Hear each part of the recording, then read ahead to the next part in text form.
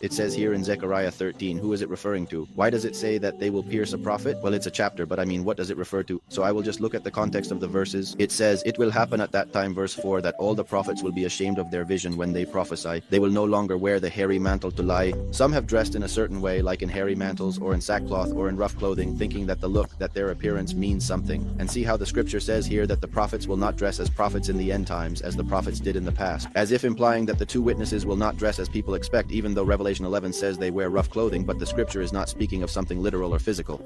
Although the clothing may refer to the idea that they will not dress in soft or expensive clothes like most sectors do today, or like priests, it also refers to something beyond in the preaching that their bodies and other things represent. However, it says that each one will say, I am not a prophet, I am a farmer, I am from the earth. Each one will say, like any person, that a prophet will deny being a prophet. True prophets do not claim to be prophets, the false ones do claim to be prophets and ask to be called by the title of prophet, so each one will say, I am not a prophet, I am a farmer, I am from the earth. But here, a prophecy or revelation of the first and second manifestations is also being prepared, since the first came as the Messiah to die on the tree, being crucified, being pierced in his hands and feet, as Psalm 2 says. The last comes as the prophet, like Moses. In Zechariah 4, it speaks of the two witnesses. In Zechariah, we see Zerubbabel and Yahushua as representations of the last and the first regarding the names, also as representations of the two witnesses. Here it begins to speak of the prophet and says, I am not a prophet, I am a farmer, I am from the earth. In the sense of Yahushua, he made the earth, he came as the sower, the last comes as the one who harvests. It says afterward, for I have been in the field since my youth. Also with Yahushua, known as Elijah. Yahushua was called by Elijah. Elijah appears as the prophet of prophets, and Yahweh sends him to place Yahushua in his position. Yahushua worked the land.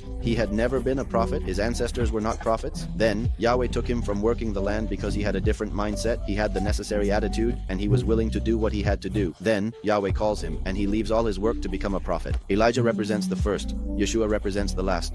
Therefore, with the name Elijah and Yahushua, we obtain Yahushua because the first and last Messiah are represented by Elijah and Yahushua. Interestingly, Yahushua said, Eli, Eli, lama sabachthani. Eli, Eli, as in Elijah, Eli, Yahushua. In fact, people thought he was calling Elijah when he said that, which he clearly was. So the fact that Zechariah says this here is like alluding to Elijah, and Elijah is a representation of the second manifestation, the last one who would not be born as a prophet, being the prophet like Moses, who would not be raised in that way or born with a donkey or whatever, but would come in another way and would already use it to harvest the land. As here, the farmer of the land says, for I have been in the field since my youth. And if someone asks him, what are these wounds on your hands? He will answer, I received them at the house of my friends. The scripture says in John 1, he came to his own and his own did not receive him. Then it alludes to the last days. When he comes as a prophet, he will not call himself a prophet, but it will be the second manifestation of Yahweh on earth. And if someone could recognize him as such, they would ask him. And the answer that Zechariah mentions here alludes to what John 1 said, he came to his own, but his own did not receive him. He came to his friends like Joseph when he went to look for his brothers, and his brothers threw him into a pit for 3 days and then sold him as a slave, just like Judah sold Yahushua as a slave for 30 pieces, the price of a slave, and they killed him, being in the tomb for 3 days. Then he came to his friends and had his hands pierced, as Psalm 22 prophesied. That is why those wounds. So he comes as a prophet, and they ask him about the wounds that seem to indicate that he is something prophetic, but instead of giving a clear answer, he gives a true answer while being careful not to damage, so to speak, the relationship he had with that people as a friend by saying, I received them at the house of my friends, which seems illogical. How can he be wounded by his friends? And so illogical was it that Yahweh came to this earth as the saving Messiah, and those who would be his people decided to kill him, piercing his hands.